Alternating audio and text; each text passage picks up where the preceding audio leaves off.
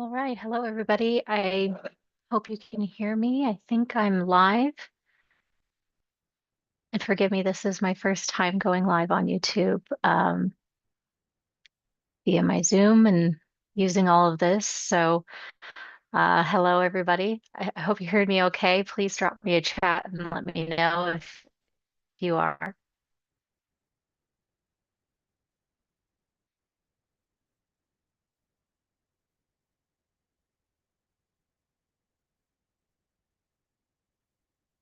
If there is an echo or anything, please also let me know because this is a first for me. So I do apologize.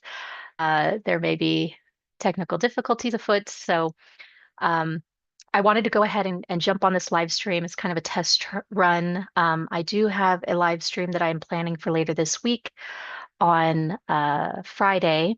And I think that you'll find that that is an exciting, it's going to be an exciting live stream because I do have a friend of mine that I've asked to join me. She is gifted in prophetic dreams as well.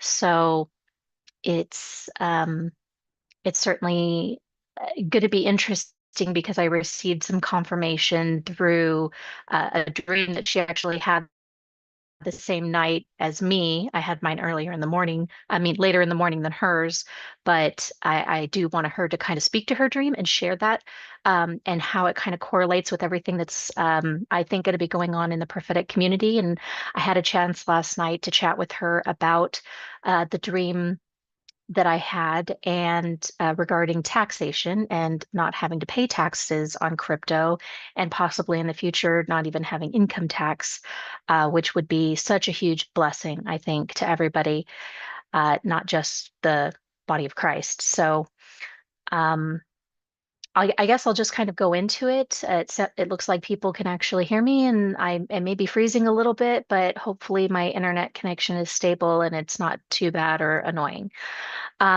So the dream that I recently posted, I think it was about a day ago, maybe 2 days now, um, was specifically about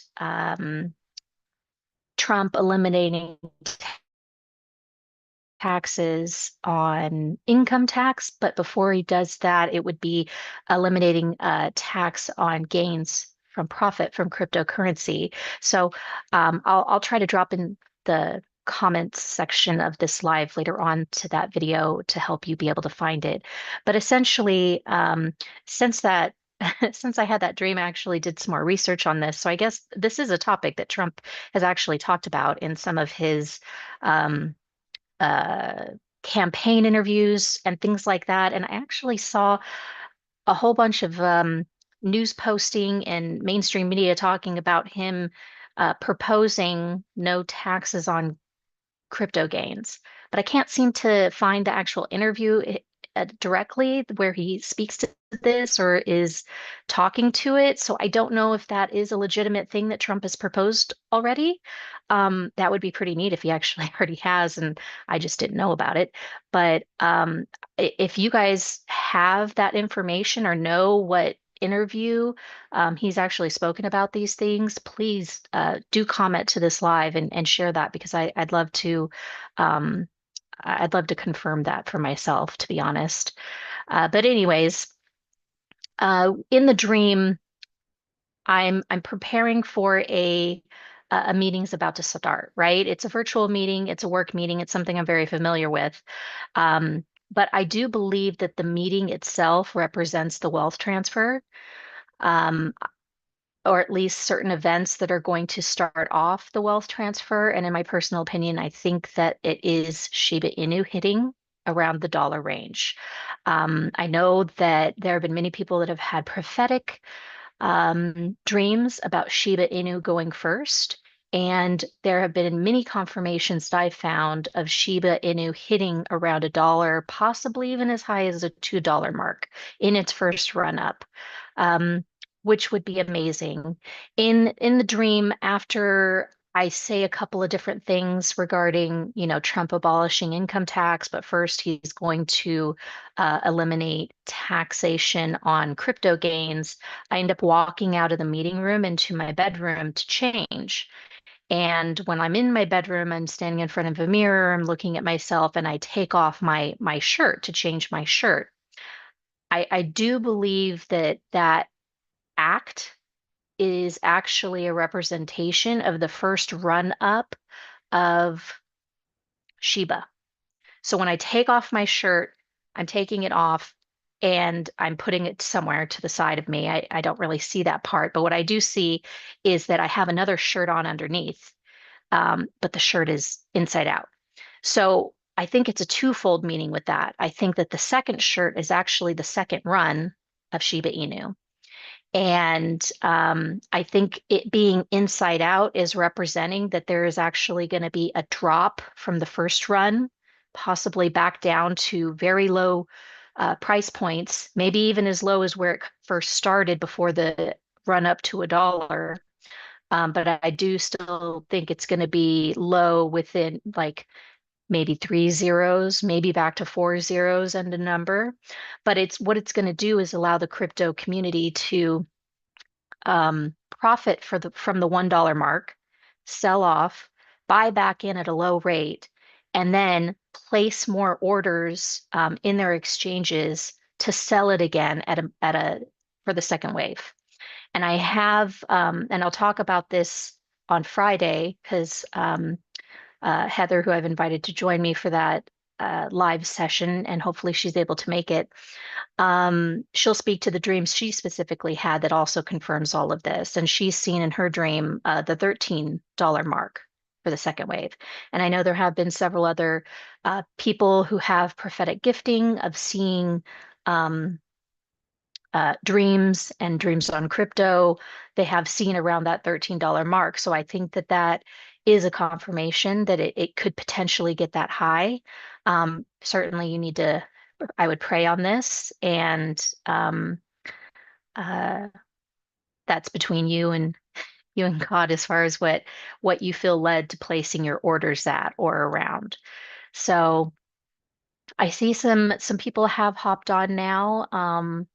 If you guys have any questions or anything you want to ask or anything that you would like to pop in the chat, please feel free to do so.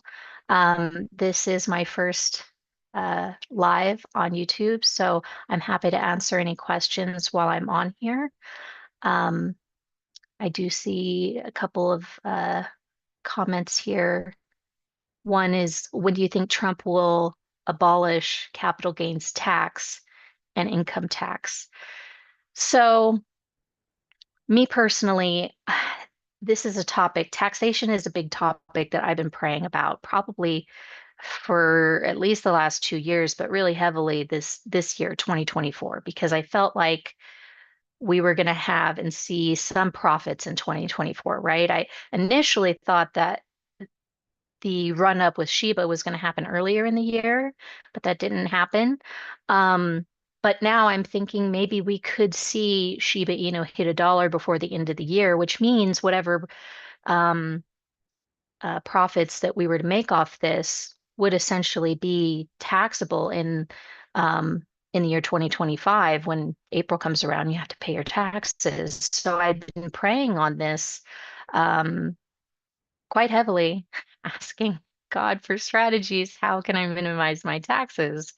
Um, so, and then I received this dream. So I kind of feel like this may be one of the first things that when Trump does get it inaugurated in January and moves into office, this one may be one of the first things that he does, him and his administration, um, regarding eliminating tax gains on cryptos that are United States based, right? These are United States companies that are based here. Those crypto tokens that are associated with them, Shiba, I believe, is one of them, as well as many more, would benefit from him implementing that. As far as the income tax, that one may take a little bit longer to implement, but I do think that it's something that he could do in his somewhere in his 4-year term. Um, if we do have a market crash where the US dollar and the euro the euro fiat dollar crashes, then we could see the income tax being eliminated around that time. And what Trump is proposing is to use um, go back to the tariff system that initially was how we brought in, you know, additional taxes to the country is just by putting tariffs on any products that are being imported into the United States. I think that was one of the, I believe it was one of the most prosperous times for the United States during that era when we were um, doing that before, you know, the Great Depression. But anyway, I haven't researched all of that uh, heavily. Something I want to look into it a little bit more and better understand that. But I do think that Trump is going to be able to get a lot done in his first 4-year term. I know I saw that in my dream that I had about him in 2021. And I posted that dream to this channel too. And I think that that dream's a little bit older, so I posted it probably over a year ago. Um, but in that dream, the end of the dream is him taking off and heading up down this trail up a mountain. And I think the mountain symbolizes um, a number of things. Mountains are kingdoms in the Bible, symbolically. Whenever you see a mountain in being spoken of in a dream or a vision in the Bible, it's usually talking about a kingdom of some kind. So I think the mountain represented the United States. But I saw him running along this path unhindered, and he was booking it. He was running like an Olympic runner. So I think that's a symbology of him truly, because of the way this last election went, and it literally was a red wave. Um, I believe we have control over um, all three sections now, administrative, legislative, all of that. Um, we control the House. I think that he's going to have a lot less opposition in this term than he did last time.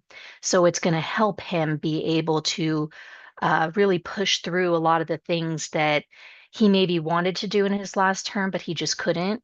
So um, let me, are you guys hearing anything, or is it, can I get maybe another chat or somebody just let me know if you are hearing me okay? Because I just got a little notification on my Zoom side that um, to turn the volume up. So I just wanted to make sure if everybody's hearing everything okay, um, give me a thumbs up or something to let me know that I'm still broadcasting okay. Okay, yes. Okay, you can hear me great. Okay, fantastic. Thank you so much. I really appreciate that, Lindsay. Awesome. Okay, so I hope that that's clear. And again, this is just, my opinion based on dreams I've had and kind of where I see things heading. I do want to throw this out there to everybody who's listening. Please do pray for President Trump from now until January 6th, because I'm telling you, anything can happen in that short window of time. The enemy is not happy. They've lost the election. Um, and if we were to go to war, um, or have martial law declared, essentially the president that stands right now, which would be President Biden, they would be our wartime president. So all Constitution, everything would be suspended, and then we would head into wherever we're going to head into for that. So, and with Kamala being the VP, if something were to happen to Biden, Kamala by default would then become the president of the United States. So I just want to throw this one out there to you as well because, the enemy has plans upon plans and backup plans for, any and every scenario. So definitely be praying for President Trump, be praying that we don't go to war. And I would definitely be praying about the situation in Ukraine right now because I think Biden just a couple of days ago announced that they could utilize US missiles towards Russia. or something along those lines. I don't know exactly the words that were used in regards to that situation, but we could very likely have a Cuban Missile Crisis situation going on between Ukraine, Russia, and the United States. Um, and I think there was a prophet that actually prophesied about this a number of years ago about a Cuban Missile Crisis scenario happening of some kind, and that it would literally be up to the prophetic community, the prayer warriors, the body of Christ to really pray this through and to keep us from heading into a World War III scenario. Um, so yeah, so I'm that's all I'm going to say about that. But I think I need to do some research about that and see if I can find which prophet actually spoke about that. Might have been Emmanuel Johnson, but I could be wrong. Let me answer a few more questions here. Do you think silver and gold will go ballistic first or crypto? I think crypto. I think we're going to see crypto rise. We're already seeing it rise up just in the last month. If anyone's been looking at the charts, we're heading into kind of a bull run. But I will say to that, I also kind of think that what we're heading into right now might actually be a manufactured bull run, manipulated. We know that the enemy does have control over the markets. They have control over stock markets, the crypto markets, and yes, they control and manipulate gold and silver. That's why, in my opinion, silver has been suppressed for so long and for so many years. It doesn't make sense why silver would be at the price that it currently has been sitting at for the last 50 years, because to be honest, silver is it's a limited supply. Um, we don't have a whole lot of it, and yet we use it in everything. Everything that has a technology basis to it, all of the chips, all the circuit boards, computers, phones, you name it, they all require silver in order to operate. So, in my opinion, gold and silver should already be valued at a much higher price than where they are at now. I think they have been suppressed by the enemy to keep it affordable, not only for the technologies that they sell to everyday consumers, but to make it easier on them too, as well to buy it. And so I don't think that we will see gold and silver necessarily go up until we see the financial crisis happen. There needs to be a collapsing of the current system.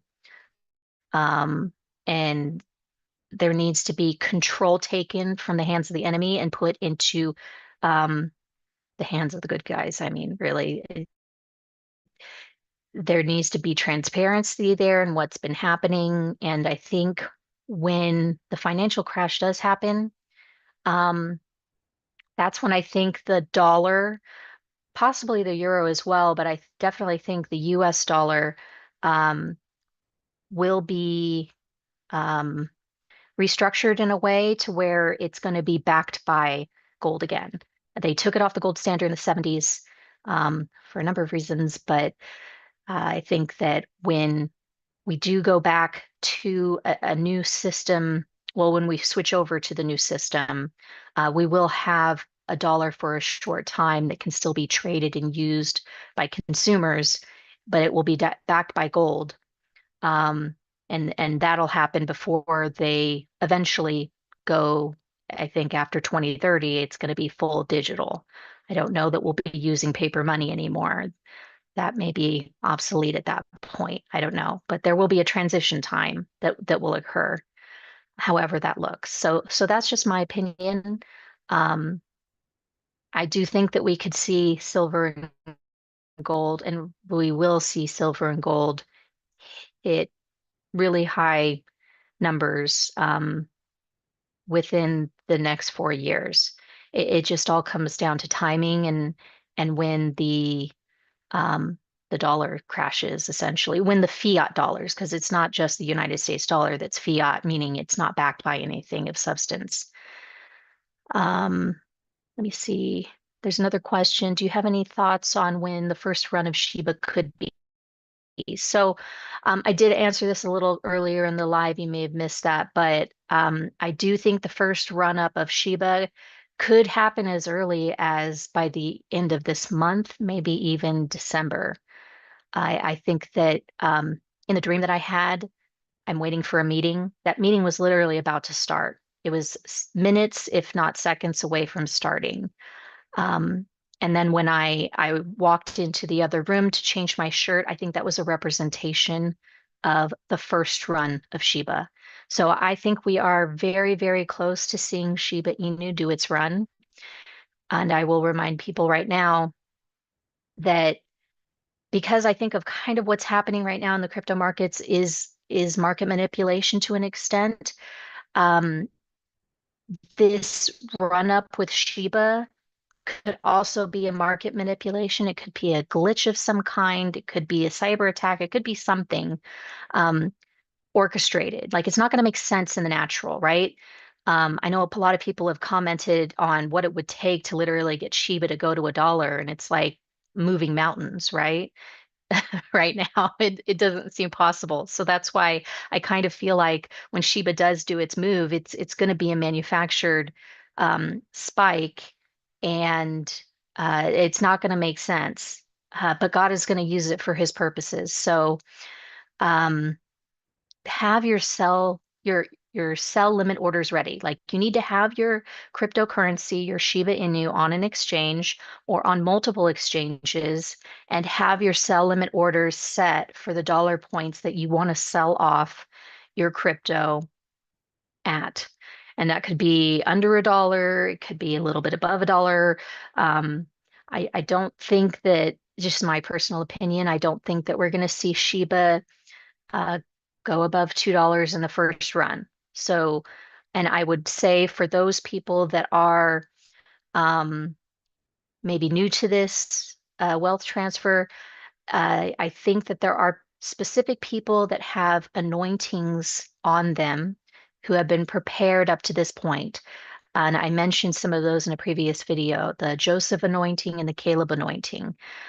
For those people and specifically, and I know for me, I've been given instruction on, what these funds are to be used for, and kind of given somewhat of a strategy of how to navigate some of this. So um, these two spikes with Shiba, these are definitely seed money for the wealth transfer that's coming later. Um, and you need to maximize on the Shiba, meaning don't hold back. I mean, really, like my opinion is sell what you can, buy back in when it dips, and then sell again when Shiba hits its second wave, because that seed money is going to be needed to pour into other assets. But I think the majority of the asset that is been highlighted to me at least is XRP, because I do believe XRP is going to be utilized. It's going to revolutionize, to be honest, the industry of crypto, and it's going to be utilized in a big way. And when XRP does what it's going to do in the very near future, um, the the millions that you may make right now as seed money, um, and is going to be nothing compared to where that will grow when once you've invested it in XRP and hold that XRP. Hold on to that XRP. XRP, in my opinion, for those with the Joseph anointing and the Caleb anointing, XRP is not something you're going to be day trading with. It's not something that you're going to be, selling, um, profiting and then buying back in and then selling and buying back in and the sell. That's not, in my opinion, and that's just the instruction that I've received. XRP is the long haul, and that's literally the funds that God is going to need to um, have his people being able to build places of refuge and places of provision for when the the system that's talked about in the book of Revelation, the end times, when that system is fully up and running, and you can't buy or sell without having certain things that will allow you to do so. So, in order to avoid having to submit to that system, um, people are not going to have anywhere to go for provision except for those who have prepared. And so that's why I believe the people that are being instructed right now in this wealth transfer and what's about to happen, it's for a purpose. And I think Shiba is a big part of that. And I do think it's okay once you sell off around the 13 mark, like after the second wave, you could buy some more Shiba after it dips after that, because I do know that people have received other dreams about Shiba um, continuing to go up with a lot of the other cryptocurrencies.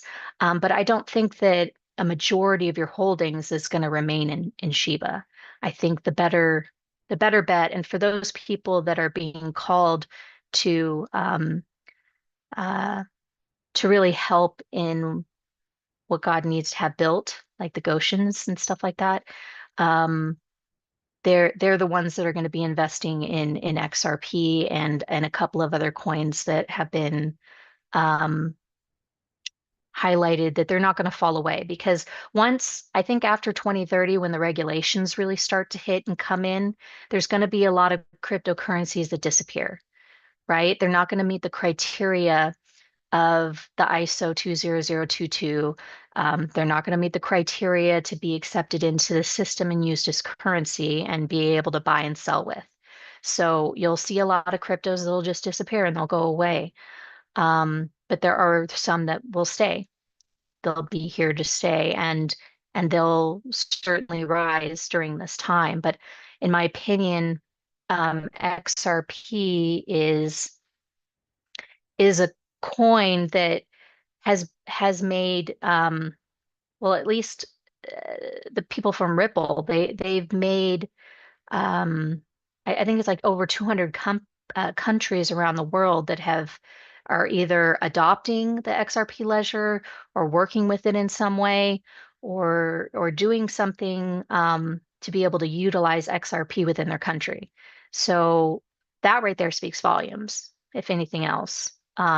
Not to mention the features, and do your own research on this, like their on-demand liquidity. I mean, you can send the money within seconds. I think it's like 3 seconds, and the money is there, and it's really cheap to operate in. I think XLM is another one that's going to be very big.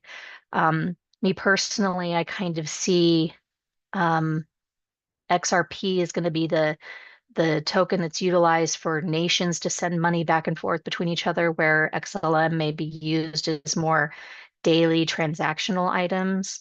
But I think when XRP eventually does do its um, is globally accepted and is literally revolutionized the way the banking industry does things, it's not going to be something people are going to be buying and selling out of. It's going to be something that if people have it, they keep it, and there's going to be a way of making money with it.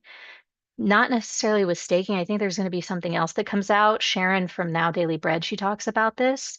And I don't know if that's something that's live and actionable today, or if that's something that's going to come down the line um, once they have clarity and are out from under the whole SEC thing that's been going on. So there's a lot of moving pieces, but it's going to be exciting to see where this is heading in the next couple of years.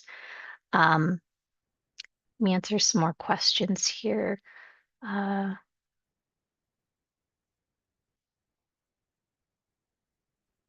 mm.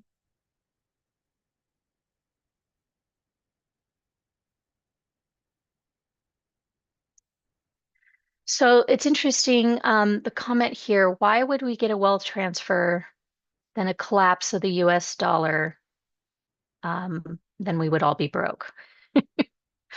Um, so this is where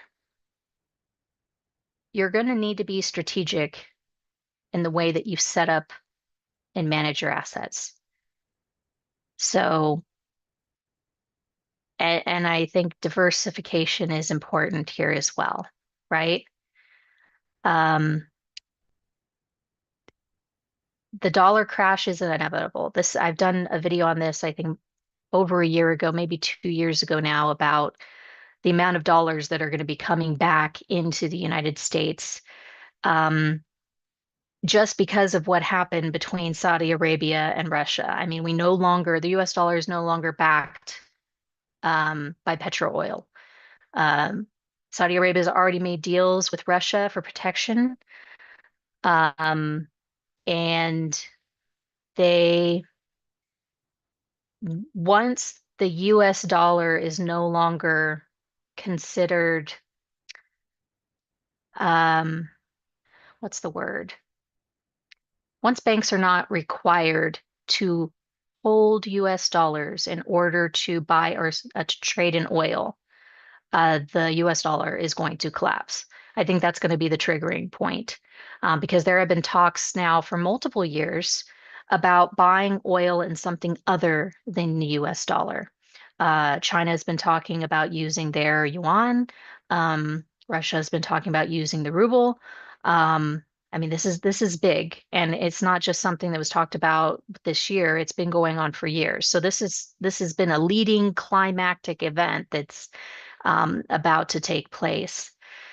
So I would just, I would be cautious about, first of all, when you're buying and sell, like when your orders are triggering for the cryptocurrency, for these spikes that we're going to see happening. Yes, you're going to want to pull some profits and put some cash in your bank, right? You're going to want to buy some things. You're going to want to pay off some debts. There's going to be things that you're going to need to do in cash, and that cash has to be in your bank account. I would be cautious about how much cash you have in your bank account because, one, these banks are only insured up to $250,000 per bank account per, I think, one bank. So if you have a savings and a checking account at your Chase Bank and they close their doors because they've now gone under and they need to be bailed out by the government, I think only one of your accounts is insured up to 250,000. So if you got multiple millions of dollars of cash in your account, that money is no longer yours. That's part of their, you know, that's theirs. It's part of their foreclosure uh, settlement or whatever, however that is, it works. So I would be cautious with that. And I would be I think this is where when the dollar crashes, other assets are going to be of high value. For instance, gold and silver. The value of gold and silver is going to be going up. Might be good idea to have whatever gold and silver in smaller increments, like 1 ounce coins, 1 ounce bars, something easy to trade with and barter with, or sell off. If you need to get by during some of these times when things are going to be um, they're going to be really rough. I think John Paul Jackson talks about the perfect storm, and he literally talked about news headlines of just there are 5 different sectors of things that were being affected all at once. It's not just economic, it's natural disasters, it's um, government, it's political, it's a number of things that are all going to be hit at the perfect time, centralized, and it's going to be um, not necessarily going to be pretty. So I don't know the exact timing of how all these things are going to work out, but it would just be a good idea for you to just be prepared for scenarios that may happen because I don't think everybody has not one person has been given an exact clear picture of how this is all going to be playing out. And I think that's for a purpose, right? Um, we all know that uh, spiritually speaking, we're being monitored. We have monitoring spirits that are watching over everything that we do. Um, and, God is trying to speak to us in code and give us plans to kind of avert some of these disasters of what's coming our way, right? Because the Lord knows the future. the enemy that's here with us now, they don't know the future. They're trying to plan for the future and they're trying to use information behind enemy lines to divert some of these things that are about to happen. So it's a very it's a very tricky time that we're living in. So be aware of monitoring spirits. I would certainly be praying over um, over your household, praying over your office, wherever you are, and just be mindful of the things that you say and that you talk about, because it's not just the spirit realm that is monitoring you, but it's, phones and things like that, devices. Your technology devices are constantly listening to you. So the enemy is at any given point, if there's technology within your, uh, I don't know how many feet of you, but I mean, if it's within, distance that it can hear your conversations, um, they're using that information against us as well. So just be prepared for that. Let me see if there's any other chats on here. What do you think of electronium? I do hold some electronium. I, yeah, I mean, I think electronium will be used in a big way. I think there's a prophet out of Africa. I think his name is Mr. Clem or Clement, and he talks about electronium. He also talks about XDC. So as I mentioned in a previous video, I think there are a lot of coins in the prophetic community that are being talked about because this is a global event. Not everybody is going to be able to buy the same coins. It really depends on where you are in the prophetic community, which country you're located in, that be able to buy some of these coins. And like I mentioned with this being a global event, there are people um, truly in Africa that they're in such levels of poverty that they only have sometimes $1 to put into these coins, maybe $2 at most to put into these coins. But the Lord is going to bless them regardless. They're being faithful in investing and listening to the Lord and what they're saying, and they're being given coins that will that their investment is going to be enough to sustain them and do what they need to do. So I think that's why you're hearing about some of these coins that that are they're gonna move. They're gonna be used in a big way. So I think Electronium is one of those. I think XDC is one of those. There are a lot of meme coins also that have been prophesied over. I don't know when those are gonna pop off, but those are harder to get. Those you have to do some extra steps and really be educated. I'm on a live right now.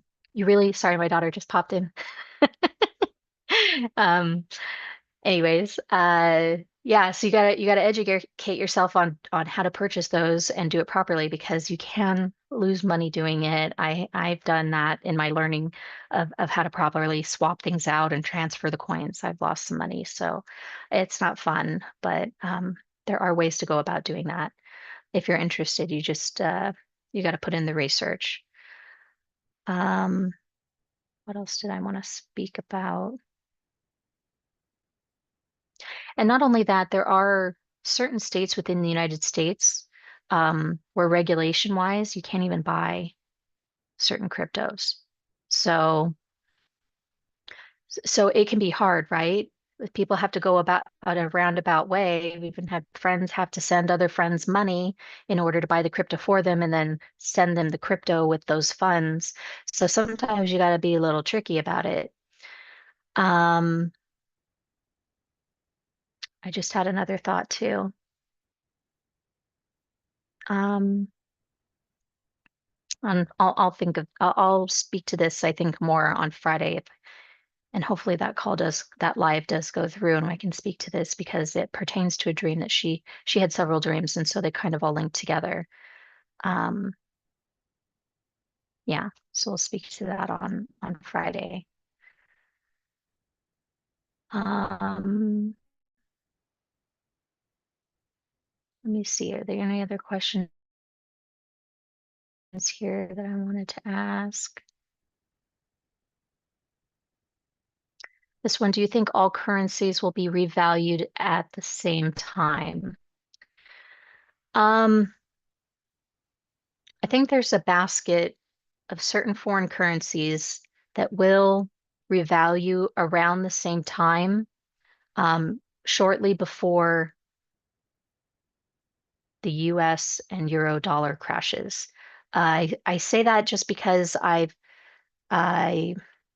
I know somebody a couple of years ago that I spoke to on this that they had a prophetic dream about foreign currencies revaluating, and they saw the Iraqi dinar, the Vietnamese dong, and the Uganda shilling, and maybe one or two others that revalued around the same time. So I do think that some of these foreign currencies, when they do revalue, they're going to revalue at the same time. My only warning to this will be when that happens.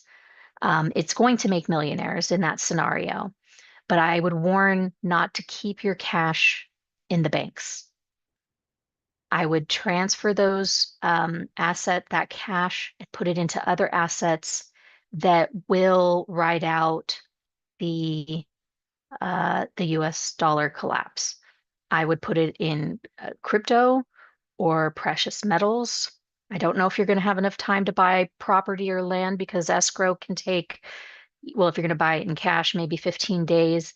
That would be a quick purchase. So if you had everything lined up, yeah, I guess you could do that. But usually, escrow can take anywhere between 30 days and 45 days. And you want to do your due diligence too on what you're buying. You don't want to rush things through and not get inspections and everything. Um, but gold will certainly be an asset. Gold, silver, and a couple other precious metals, copper, would be great assets to invest in. Don't keep it in a safety deposit box in the bank because when the banks go down, whatever's in their vaults, that belongs to them. It's not your possession. So if it's not in your possession, you don't own it. It's the same thing with crypto. If your crypto's on an exchange and that exchange goes down, they go bankrupt or whatever it is, um, I think they're the ones they have your crypto. So you want to have your crypto safe in your possession, have it in your wallet. So these are going to be some tricky times that we're heading into. And um, if we do have a lot of people and these are just scenarios that could happen, if you have people that are um, they're benefiting from these spikes in the market, right? They're selling off at high, they're dipping and buying back in at the lows. We may see scenarios where these exchanges, like the orders have filled, the orders have gone through, but they don't have enough money or funds to cover all of the orders that have been filled or the things that are happening. It may be we may see weird situations where some of these exchanges time or halt trading, and you're not able to move your crypto off the exchange right away. Um, so something that I've just kind of been preying on is I don't know how soon the first wave of Shiba is going to happen between the second wave of Shiba. So it might be smart um, to, I don't know if you want to leave all of your Shiba on these exchanges or if you want to move your Shiba off, have it in your possession and hold it for a little while things kind of settle down. Um, and similarly too, if we have a Bitcoin flash crash, and I don't know if Bitcoin is going to all the crypto markets are going to have a drop down around the same time as Shiba, or if the Shiba is completely separate. Um, these are things that I'm still preying on, but I think that we're going to have a similar situation as what the Israelites went through when they left Egypt, right? They went throughout Egypt, they plundered Egypt, they took the gold, the silver, whatever provision they needed to sustain them in their journey to the promised land. They took it with them. Um, but the Pharaoh in Egypt came back after him. They tried to confiscate back what was taken. So we may see similar things happen to us during this time because now is the time of the Gentiles. So we're going to see almost like a mirror effect happen with, you know, the Gentiles, Israel. We're going to be leaving Babylon. We're going to be leaving Egypt um, in the sense that we're coming out of Egypt. We're going to plunder the land, like the wealth of the wicked is stored up for the righteous. We're going to be taking that wealth, and there may be a situation like the Red Sea moment where these exchanges may try to take back some of these coins that were these orders that were filled, say for Bitcoin, when Bitcoin spikes down, if you had an order in for 10 cents, 50 cents, a dollar, and all those orders fill, and then uh, the market corrects and Bitcoin goes back up to wherever it would be. Like me, I think somebody mentioned a dream around 10,000. Um, that they may try to confiscate some of the crypto that was, transferred during that time, that those orders that were filled, and they may state something like, oh, this was a glitch in our system. This wasn't supposed to happen.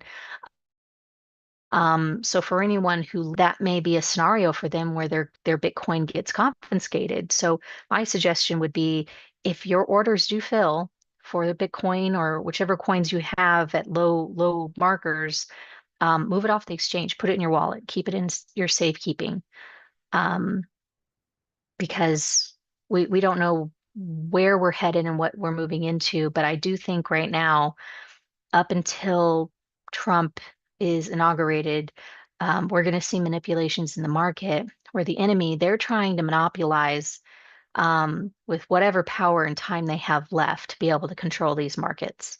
So they may be manufacturing this spike in the market to draw people in and to get people to invest in these cryptos, and then they may crash it on purpose because they want to pull their money out and they want to, they want to make profit off of what they can before they leave office and they no longer can be doing the market manipulation that they're doing right now. Um, I'm hoping that when Trump does come into office, that there isn't going to be the same market manipulation that we've seen in decades, that there's going to be some kind of switch of power that happens where gold and silver is going to be allowed to be valued where it should be, and the crypto markets will be eventually be able to go up and valued where they should be. I don't know how all that's going to play out, but I hope that's my hope, and that's kind of where I see this possibly heading. But I kind of feel like it may also be a trap for the enemy because the Bible does talk about the wealth. These wicked people they're manipulating the markets for their own benefit, but they're going to be caught in their own trap. That's what I feel like they're going to be caught in their own trap. So we'll see. We'll see how this all plays out. Um, but I think that some of the things that we're going to see with these spikes and these dollar values, like for Shiba, they're not going to make sense. And it's not going to make sense for a reason. It's probably going to be because of market manipulation. Um, Let me see. What other questions do we have here? Yeah, Chris, John Paul Jackson saw the euro collapse first. That's correct. He did. He saw the euro collapse, and then within a week, the U.S. dollar followed. So that was the prophetic dream. Because it's interesting if you don't know anything about John Paul Jackson, he's already passed away, but he he had a prophetic anointing, received things from the Lord, and he would receive his dreams in newspaper headlines. So in his dreams, he would literally see a newspaper, it would pop up, and it would just be headlines of scenarios. So we didn't get in depth about really what was going on, but the headlines alone, if you were just to listen to all the different headlines that he saw in his dreams, were pretty remarkable. And a lot of those we have not seen come true yet. So those are the things he described in the perfect storm that I believe is coming and we're about to see take place. Um, Let me see if there are any other questions here that I could answer real quick.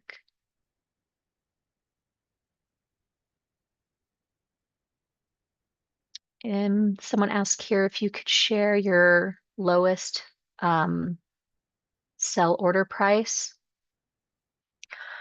So for Shiba Inu, the lowest sell order price that I have for that is I believe it's like 0.001. So I do have a couple orders at that low price. I also have an order at 1 cent. And then the rest of mine are around the 70, 80, 90, and $1 range. So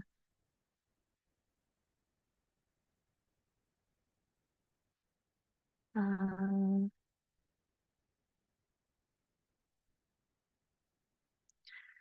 I don't know if you need to call your bank in order to cryptos, like with your exchange, because I'm pretty sure you would just be wiring the money from your exchange, like if it's Coinbase, you would be wiring it from there to your bank.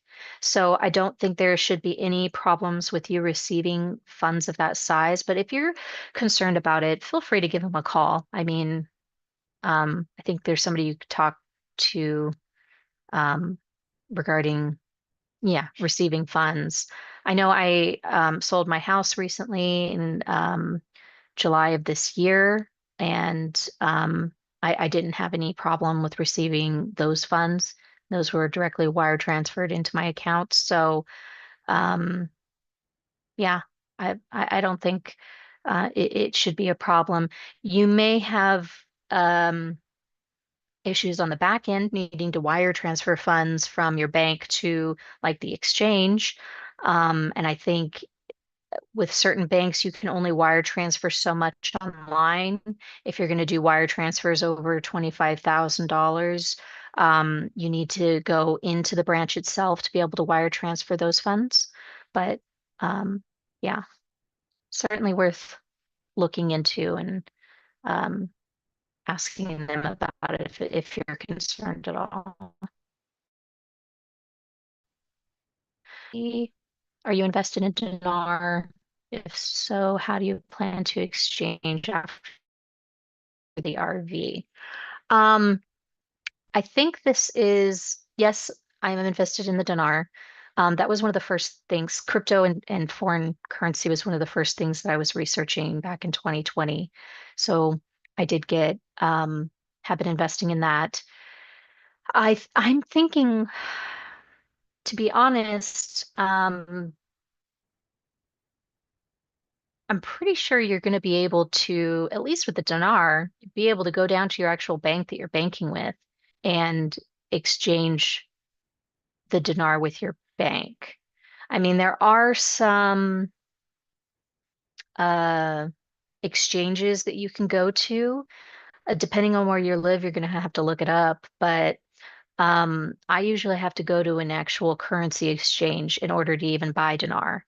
So, and pay the exchange rate that they have there, because it's kind of like a small bank. But this is something that I'm gonna have to look into too, as far as where I can go to exchange it. My plan is to just go down to my bank of choice. Um, but depending on how much dinar you have, it's going to be a large amount of money that is going to be exchanged. Because I think the Iraqi dinar most likely is going to revalue to around $3, maybe as high as $3.80. And that's historical. That happened in the 1980s. It did make millionaires at that time. So be prepared for that. I'm not going to hold out for high, I'm not going to hold out on my dinar, thinking that, oh, it'll go higher than $3 or $4. As soon as that thing revalues, I'm heading down to my bank of choice and figuring out how to deposit that and get it in something other than US dollars because I don't know how much time that we'll have from the time that it revalues till the time when the euro and the US dollar collapse. So there's going to be, for me, I feel like there's limited time to get things in place and get funds moved into an asset that's more safe and secure. So,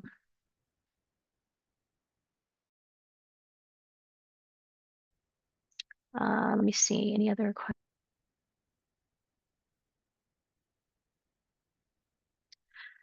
Um, I would definitely about the taxes. And this question here talks about, sorry, I have my little cord keeps getting stuck. This question is, should we set aside money for the IRS, or do you think Trump will enact the no income tax by then? Um, I do think one of the first things he's going to do is eliminate taxes on cryptocurrency.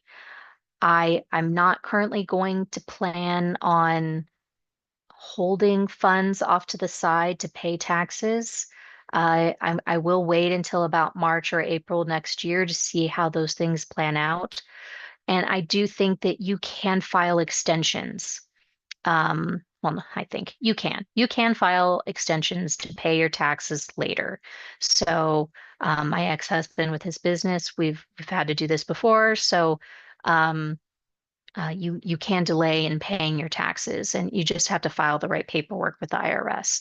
It's not tax evasion. It's just, you do plan to pay. You pay a filing fee and all of that, but you can pay your taxes several months after the due date that's in April, right? April 15th, that when taxes are due. And I would certainly wait. I would wait to see how all of that does pan out because you don't want to be paying taxes unnecessarily if he's going to enact something and you no longer need um, to pay taxes on crypto. I think right now what's really interesting is that there's a huge amount of money, I think upwards of the billions of dollars of taxes that are owed by IRS agents that um, work for the IRS. They have not paid their taxes, and they're one of the biggest contributors to not for back taxes. So I'm kind of thinking they may just want to eliminate. I don't know. They might be for eliminating income tax to just to avoid having to pay the billions of dollars that are owed in back taxes for IRS agents. I don't know. Maybe they think they're exempt from having to pay income tax, but apparently they don't investigate themselves very often because there are a lot of them that are doing this. So interesting. And I think also on the date that the big fight happened between Jake Paul and Tyson, um, the Pentagon failed their seventh audit that they had done. So I find that interesting as well. What they got going on over there. It's very, yeah, a lot of things. Hopefully we'll have in some exposure stuff that's going to be um, going down. So it got a lot of agencies and things that are hiding certain things. Oh, and one of the things that I did want to talk about as well are some comments that were made to previous videos. And one of them was about lobster. Somebody brought up this comment about lobster and specifically, see if I can pull that up because I did want to speak on this. Um,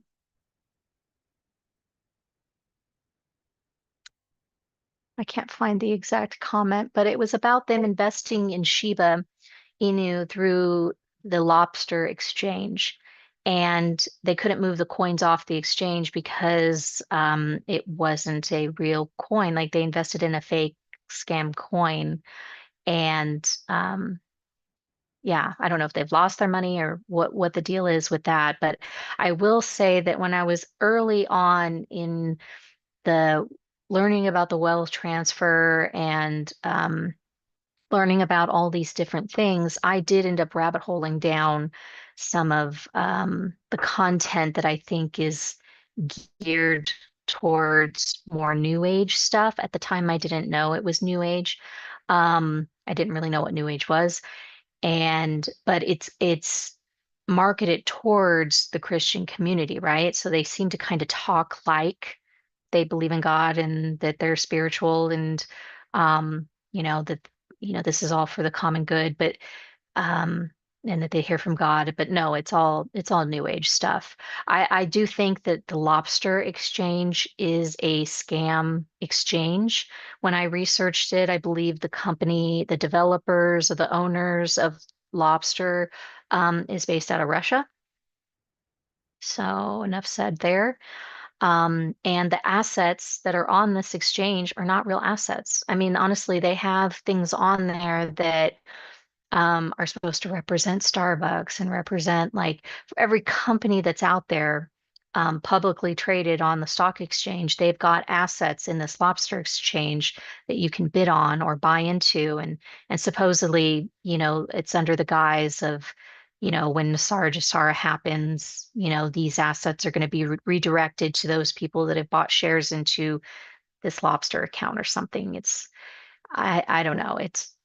I think it's all a scam. If you have purchased crypto coins on that exchange, um, and you can't move them off the exchange into a safe cold wallet, like your Ledger Nano X or Tangent or some other wallet, then I'm sorry, but they are scam coins. They're not real coins. I would suggest cashing out whatever you had in that exchange and moving your funds into a real legitimate exchange that has gone through all the regulations that they have to with their KYC, know your customer kind of a scenario, and buy these coins the right way, buy them so that you have ownership of them, and the ones that you're going to put orders for, keep on the exchange. But the ones that you don't want to set orders for, get them off the exchange and keep them in your possession, keep them in your cold wallet. Um, because remember, if you don't have ownership over your private keys, you don't necessarily own the coins. So you know, yes, you purchase these coins through these exchanges, but if the exchanges go down, go files bankruptcy or whatever, whatever coins you had on the exchange, they have possession of those. So just something to consider, something to think about. I did want to bring that up because the comment that I read earlier today, it made me sad because I know exactly what he's talking about and I experienced that, but the Lord revealed to me early on what was going on there and to get out of that. I think I think the Lord let me see into certain things going on in those camps for a reason. And maybe it's to speak about it now because there are so many wonderful people that, yes, are Christians who love the Lord, who want to be a part of this wealth transfer, but they're being led into these communities and these groups that are not Christian based, and they um, do have people that are um, mediums. I mean, these are people that are doing readings. I mean, they're communing with spirits and monitoring spirits, familiar spirits. They're communing with the enemy, essentially. You can't trust anything that you receive from the enemy. Sorry, but you can't. Um, and I think that maybe that's why the Lord kind of allowed me to go down that path to a certain extent. And then he opened my eyes and was like, let me see behind the curtain that this is not what I thought it was. And, I had to repent of listening to those things and I had to get out of there because it was not where God wanted me. But it allowed me to open my eyes to what he was doing, which is the wealth transfer and cryptocurrency. Because previously, I think I've mentioned this before, I was really closed off to cryptocurrency, and Bitcoin. I didn't want anything to do with it. I thought that cryptocurrency, well, I still do. Eventually, the digital system underlying all of this is eventually going to be used as part of the final system that will be implemented in the end times during the tribulation. You can't buy or sell without having the technology or whatever it is on your hand and forehead that allows you to utilize their banking system. But um, yeah, I didn't want anything to do with it. But I see now how the Lord is going to utilize this system in a way to fund his kingdom and to take the wealth of the wicked and give it to the righteous. Because we are in the era or the time of the Gentiles, right? The last 2,000 years since Jesus died on the cross has been the time of the Gentiles. Um, Israel, they've been spread all over the world, but they're coming back to their homeland. They've, over the last, I think since 68, right? More and more Jews have been returning to the homeland. But as far as the Gentiles, we're spread across the world. We're everywhere, in every country. So how can the Lord orchestrate something to where the wicked, the enemy is plundered, the wealth of the wicked is taken from them and given to Gentiles when the Gentiles are so diverse and spread out globally? The only way that he can do it, I believe, is through this wealth transfer and through the cryptocurrency that's about to kind of seed money and feed into these market events that are about to happen. And I think we're going to see other sectors too where this takes place. So it's going to be cryptocurrency, but it's also going to be a number of other things. So that's just kind of how I see it personally. But it's something to, I think, encourage people. So and encourage the body of Christ, right? We all have to put our talents at the disposal of our Lord and be used in whatever way we can be. Um, I will say too, I did come across a great video from a gentleman. His name is Craig Dossman Jr.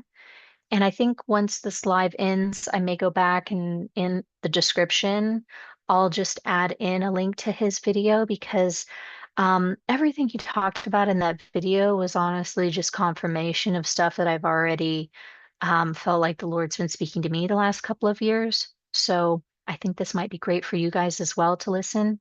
And he talks about monitoring spirits and a couple of other things that certainly would be helpful to you. Um, let's see, anything else I want to talk about here?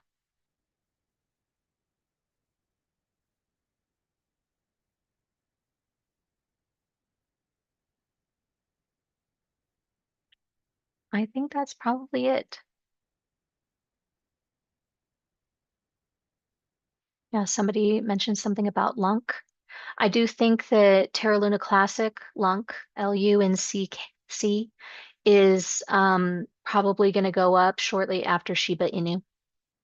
So, um, so when you do make some profits from the first and second wave of Shiba Inu, maybe after the first wave, maybe pour a little bit more into Lunk. It couldn't hurt, if you feel led or called to that. Um, and I know that's another coin that's very controversial because of everything that went down with that exchange and what happened with that coin. So you got to pray on that. It's up to you. But that's a coin that has been people have had dreams about it and it has been prophesied over. So um, yeah, I would just pray on that.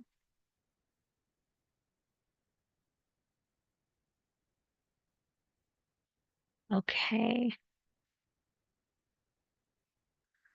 Um, let's see. Is there anything else? Oh, and I will say this as well.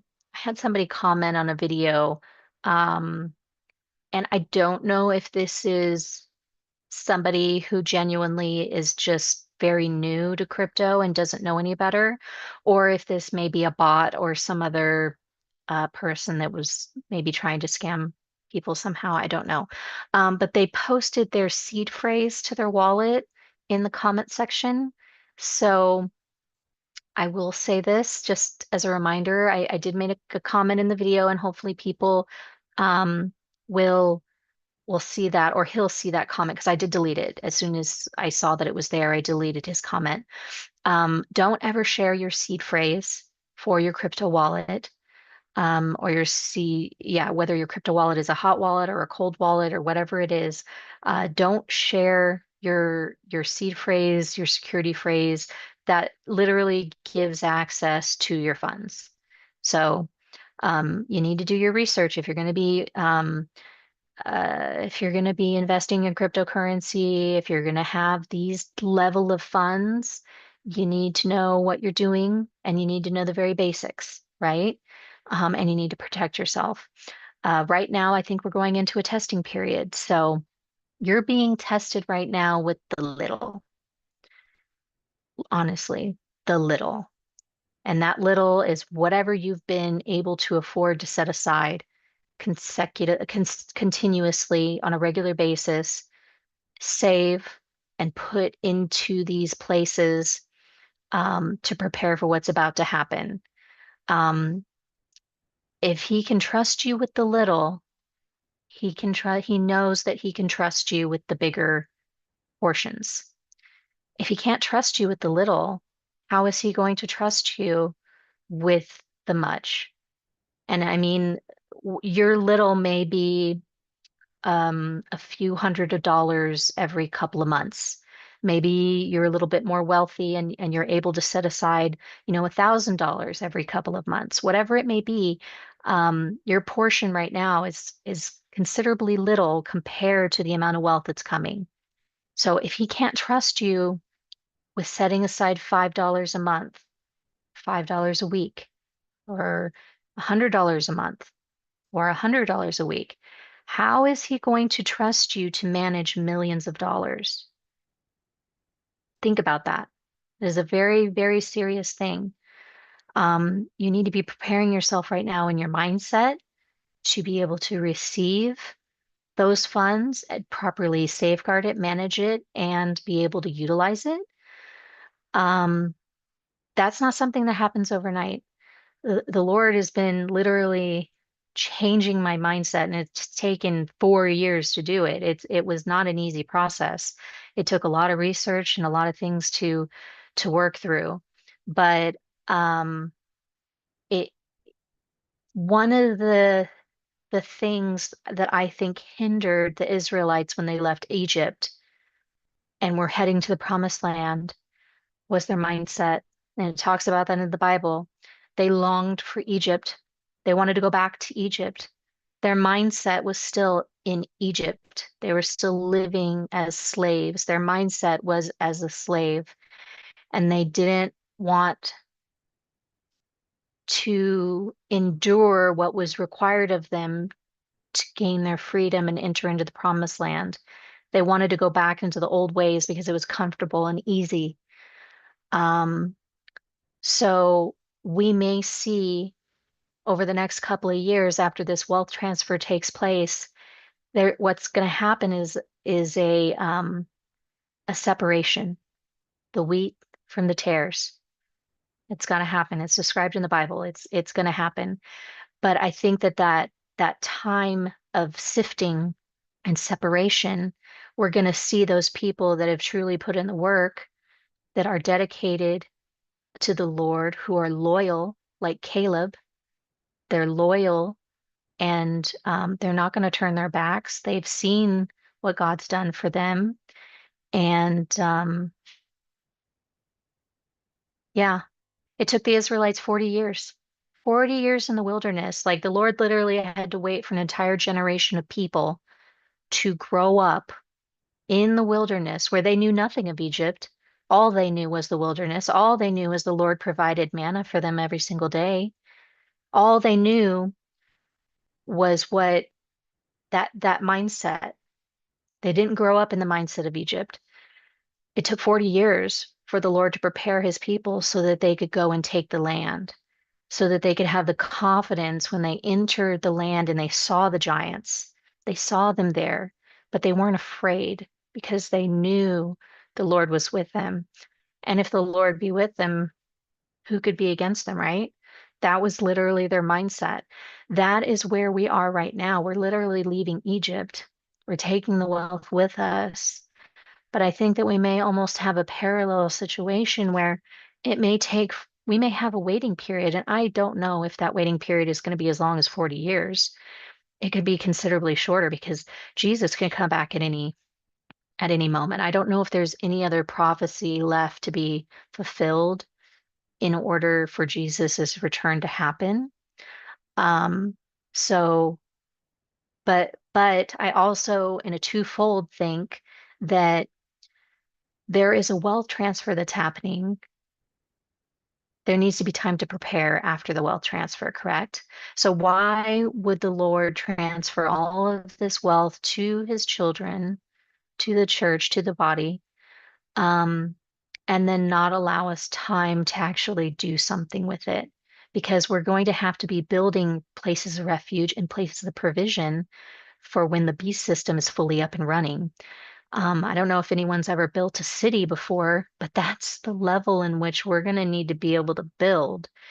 And I don't know about you, but unless technology has significantly advanced um, in recent years, that takes a little bit of time. I've actually the last I don't know if it's been 5, 6 years, maybe a little bit more, but I had been researching 3D printing technology of homes using concrete. And that's been like a serious passion of mine. I would love to have a company that's what we did. We just printed homes. You could build a home in a day. So I kind of think like maybe we're going to have divine instruction coming from God where he is going to open up doors to be able to buy these technologies. And we may be able to build a couple of months. I don't know, but the infrastructure too that has to go into that with having, sewage drainage systems, fresh water, there's a lot to it. And I think all of these places of refuge and provision too are going to have to be self-sustaining. And they will also, like, I foresee them being built around uh, places that they're growing their own food, raising their own livestock. Like they literally have full self-sufficient communities. Um, so anyway, that's just my thought. But okay. Uh,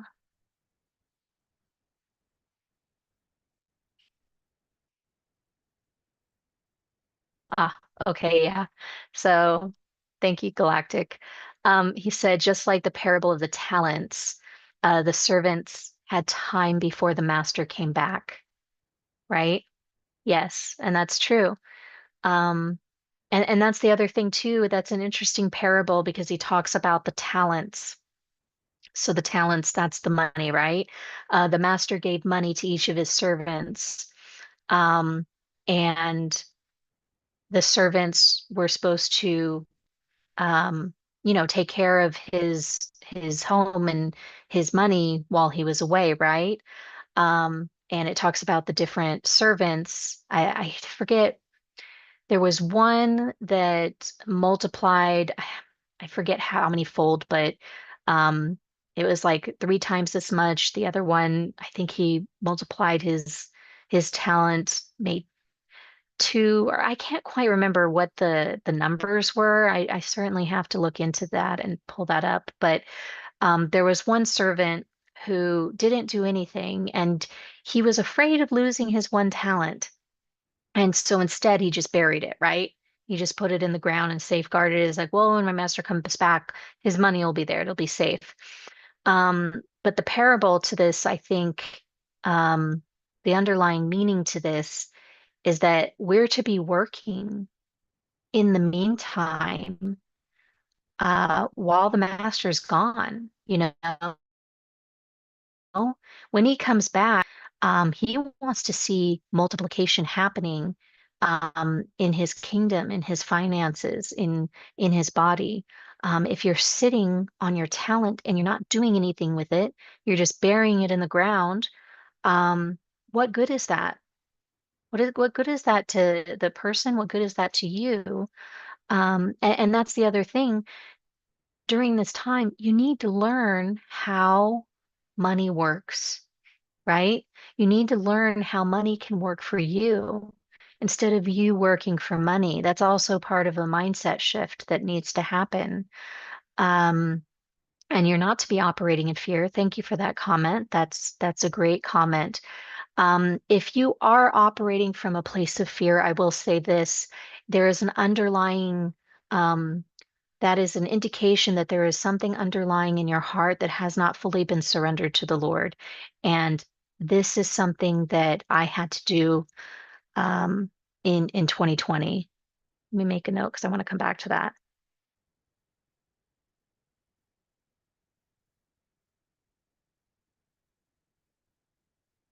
Okay, because I do want to finish this my train of thought on the talents before I forget.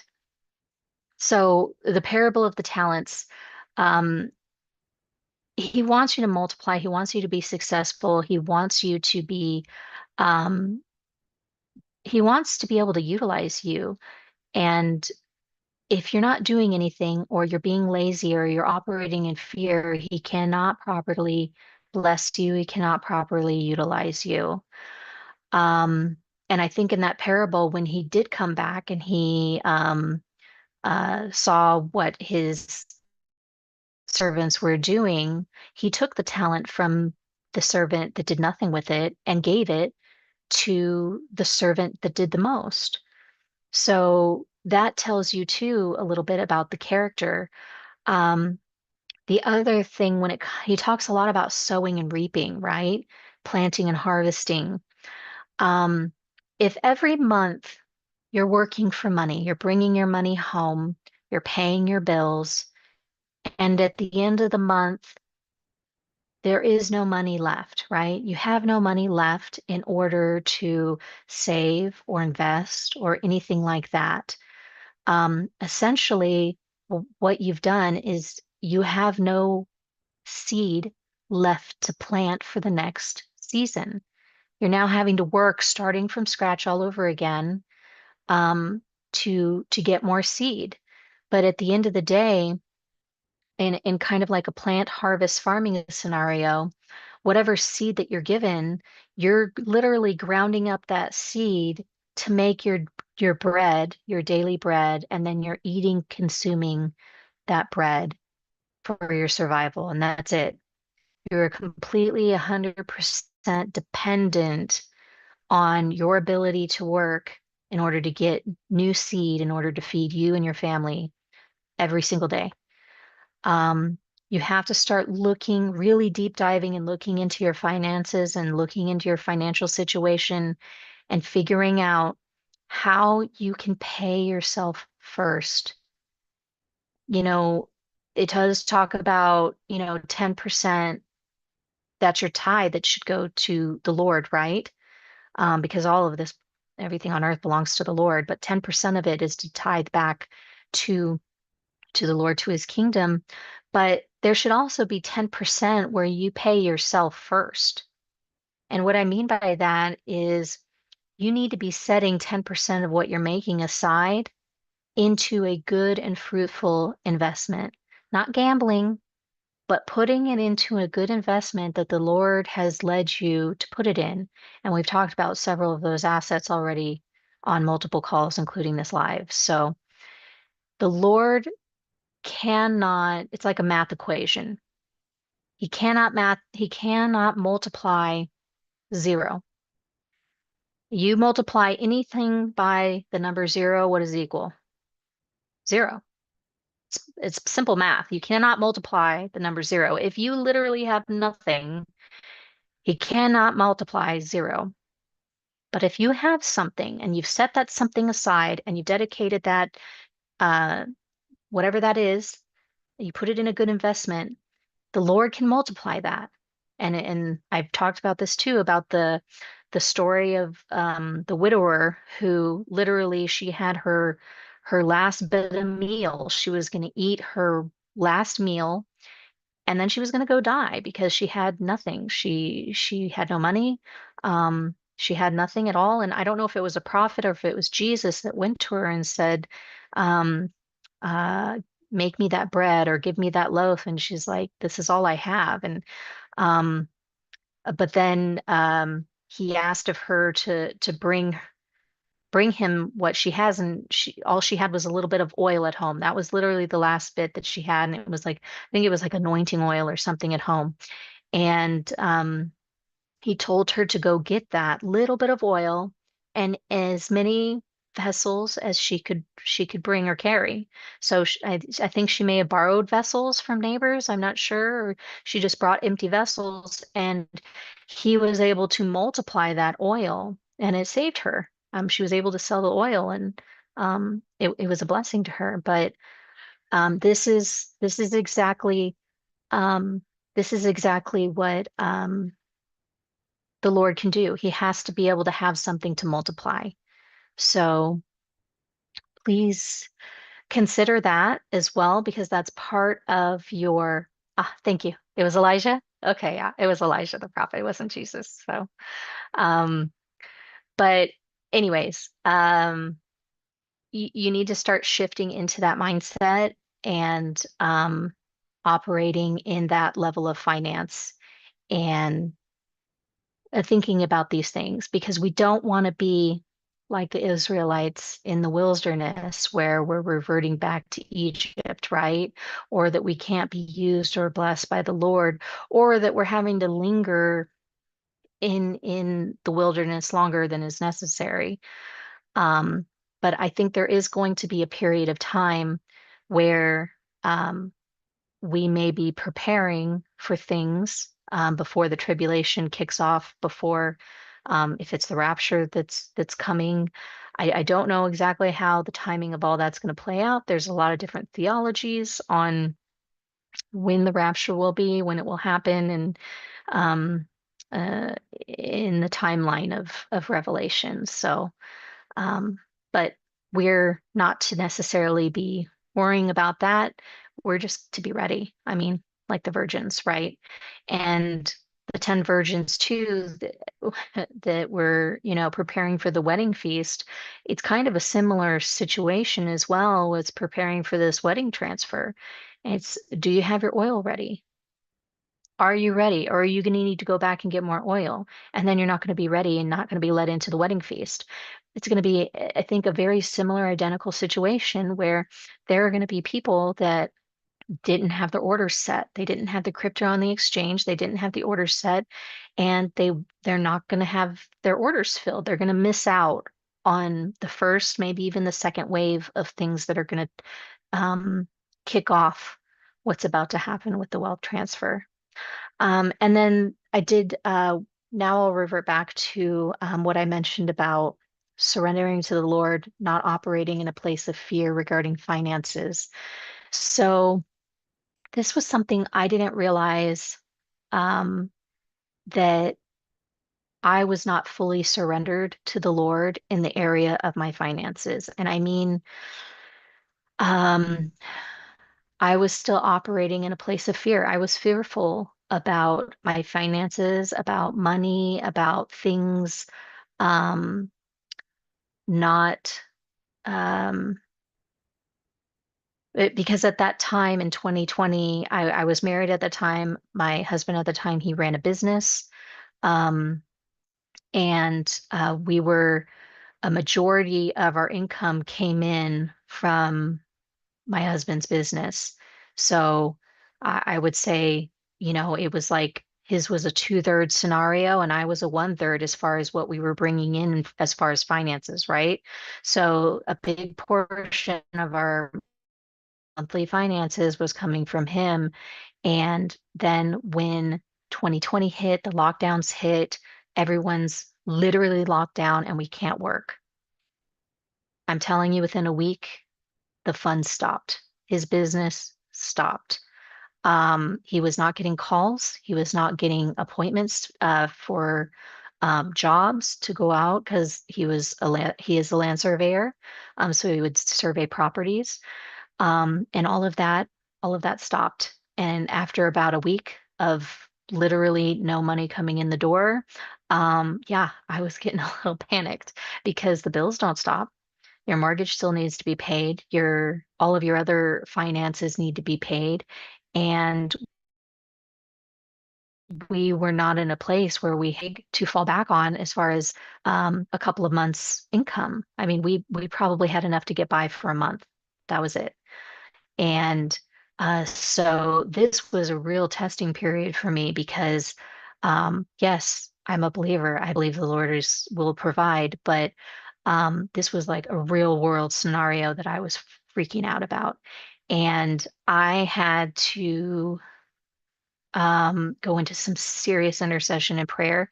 And I'm telling you, um, this was one of the first times in the last 4 years where I had to fully surrender things to Him and and say that, Lord, I don't know if we're going to get through this or if I'm going to be homeless in a couple of months because, um, the mortgage still needs to be paid, but we're not going to we don't have the funds to pay it. I mean, I had a new car that I had just purchased 2 years before that, and I really put some money into investing in a really nice car because my day job's in sales, so I drive a lot, and so I wanted a safe, nice car, so I bought a Tahoe.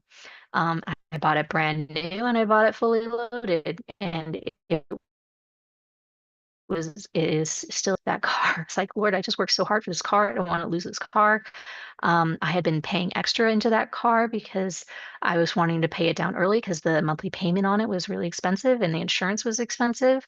Um, so yeah, it was during that time where I had to like serious prayer was going into that. But after I did that prayer, I immediately went into action and I started looking into, okay, what can I do?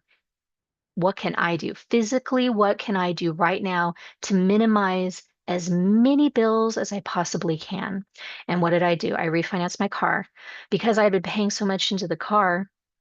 I think I'd paid into at least 20 or $30,000. So I was able to lower my monthly payment from like 1,100 a month to about 250, $280 a month.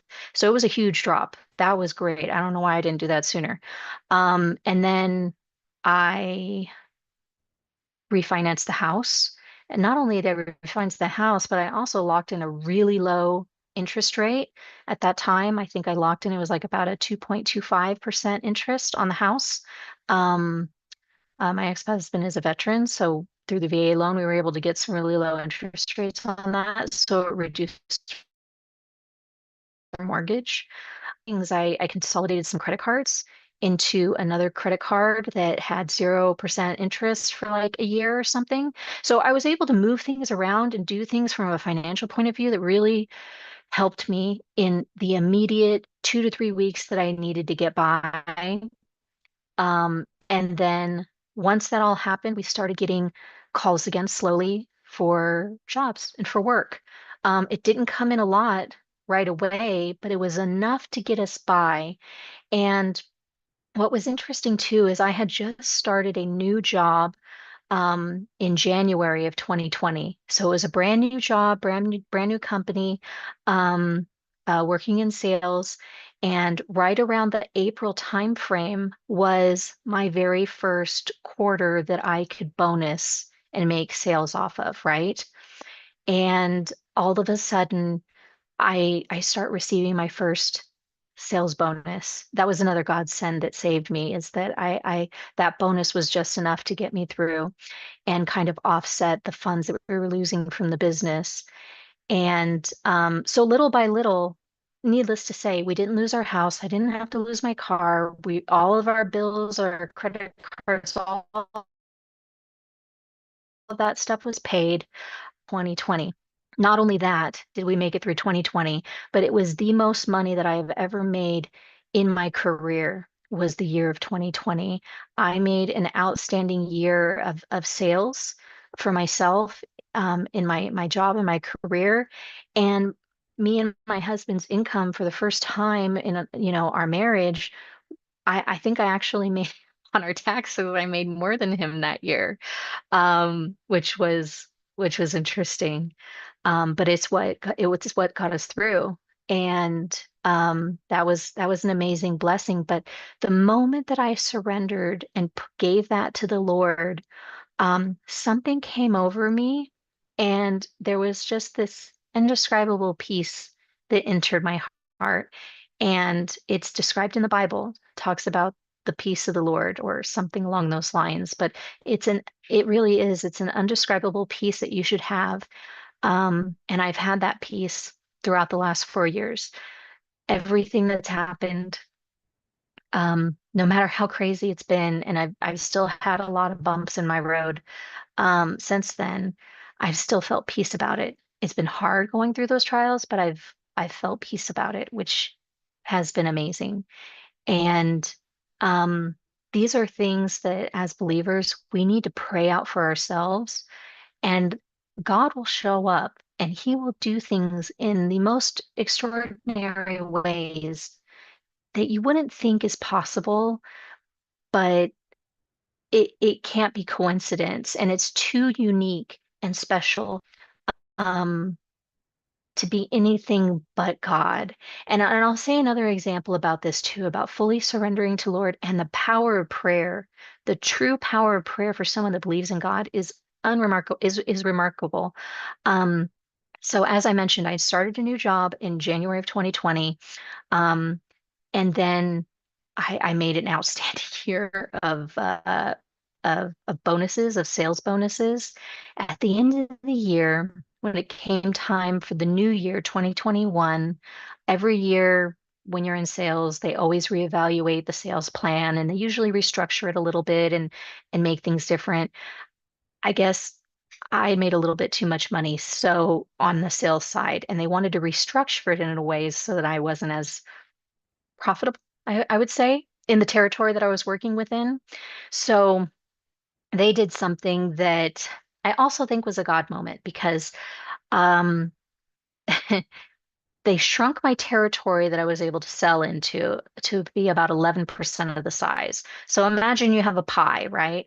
I'm able to sell into clients that are in this pie territory, right? Well, now they've shrunk that pie to 11% of the size, and then they doubled the target that I have to hit at the end of the year. I don't know about you, but that math ain't mathin'. That's that's a real hard pill to swallow. So needless to say, I was really sad and disappointed when I heard that news, and I'm just like, I don't know how I'm going to make that happen. That math ain't mathin'. So I I was praying on that, because I was really disappointed about that, because it was going to affect my income that I was able to make in 2021, and most likely, the roughly 80,000 I made that year in sales commission wasn't going to be happening again for 2021.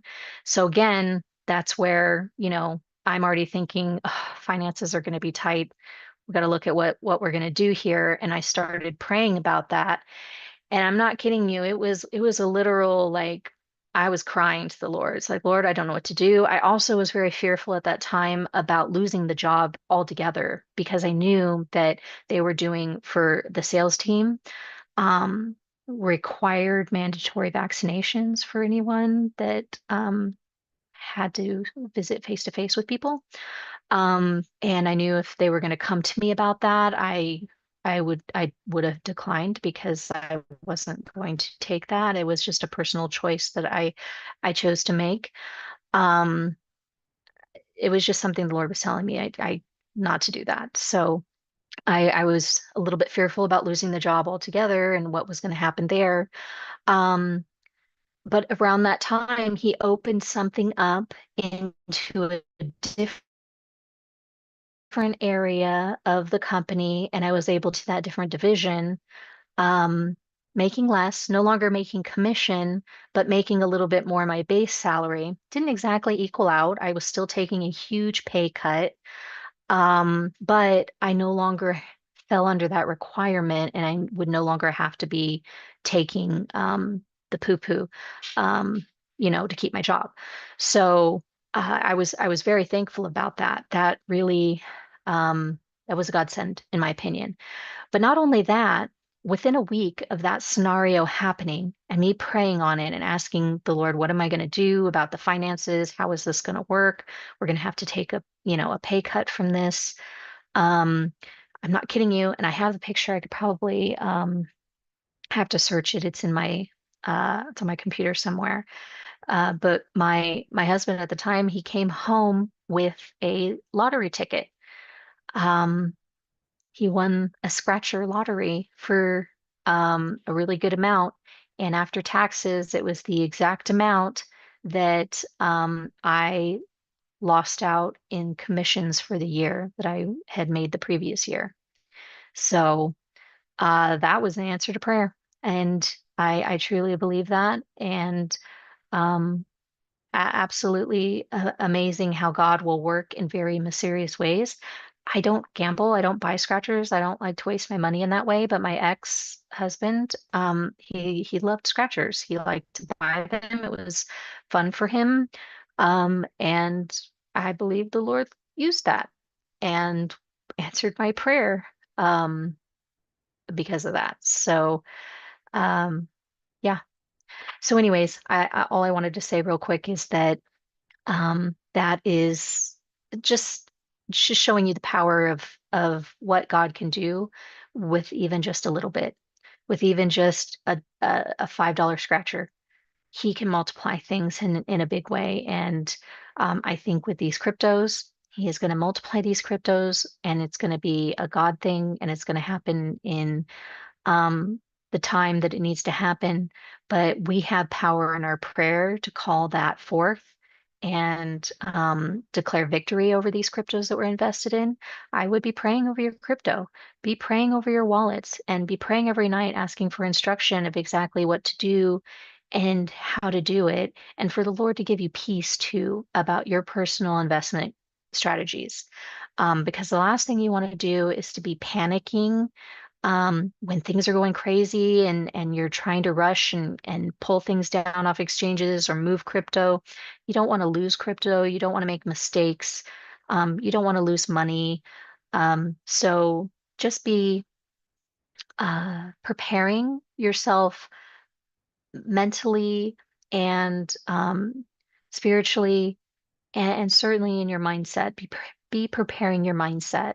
I think I spend a good portion of my book that I'm going to be publishing here soon about how to develop your mindset and strategies for that, because I do feel like your mindset, having having your mindset towards God, um, but also having your mindset, having a future mindset versus a now mindset is going to be so incredibly important in the years to come. And having your heart position correctly as well, because, the Bible talks about that it's easier for a man to pass through the eye of a needle than it is for a rich man to enter into heaven. I do believe a portion of that parable is talking about mindset. A rich man's mindset is very different, usually, from a wealthy man's mindset.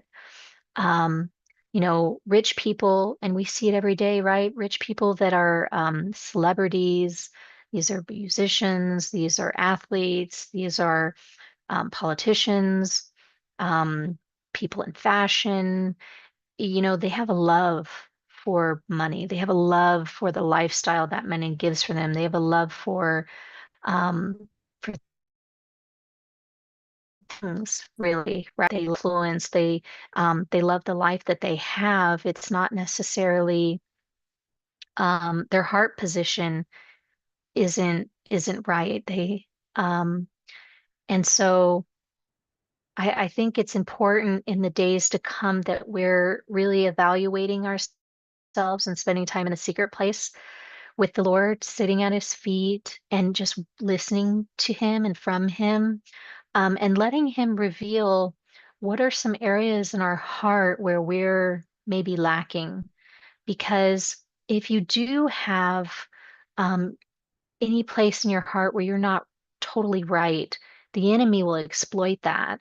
And you don't want to be in a position where you can be corrupted by money and by the wealth that's going to be coming to you. You want to be in a position where you are 100% committed to your purpose, committed to your strategy, committed to the Lord and what He has instructed you to be doing during this time, and that you're not going to fall into the traps the enemy is going to lay out to you.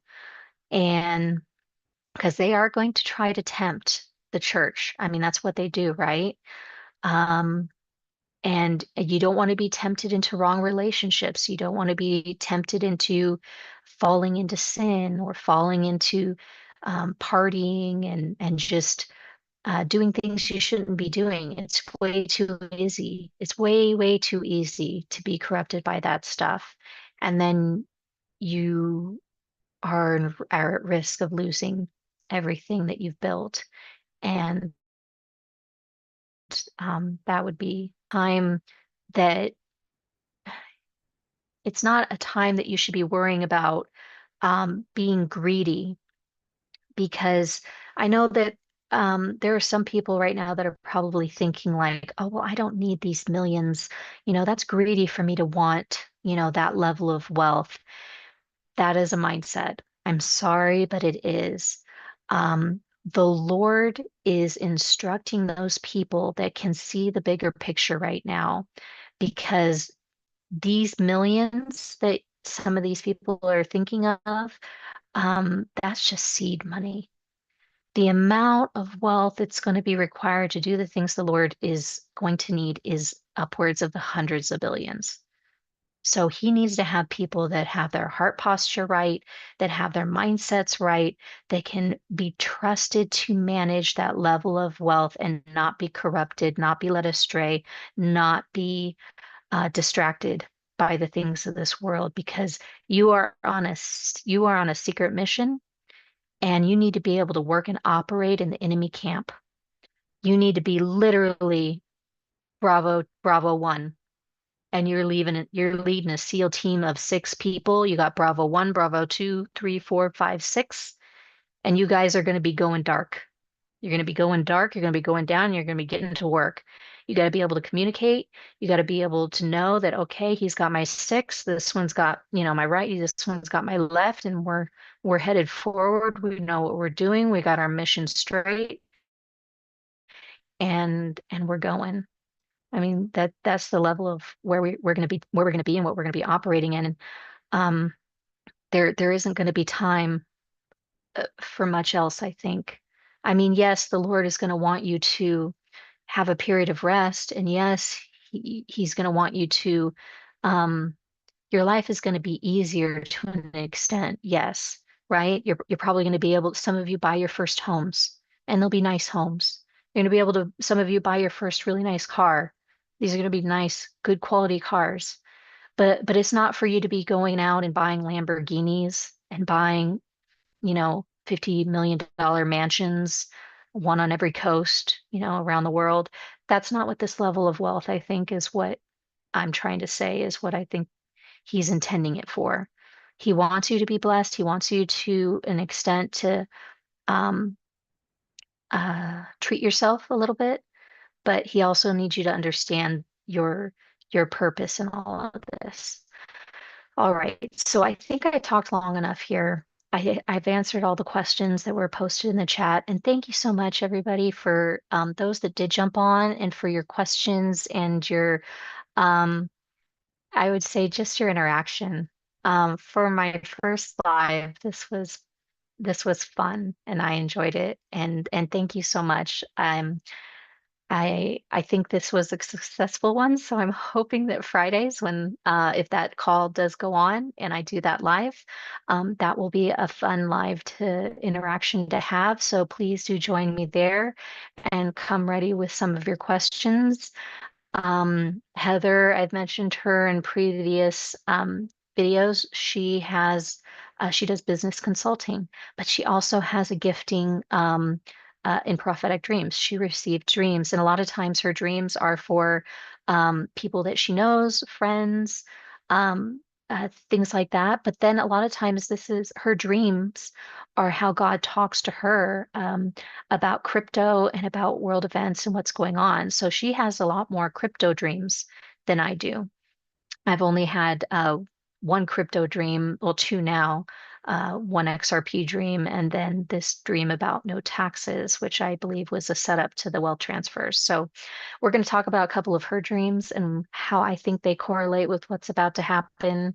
And she's got some really great stuff about exact numbers and things that she'll share. So join me with that on Friday. I think that's going to be happening around. Um, 1:45 Pacific Standard Time, or it might be 1:30 Pacific Standard Time. I think that's what I'll do. I'll schedule that for 1:30. All right. Thank you, everybody. Thanks for jumping on. Appreciate you.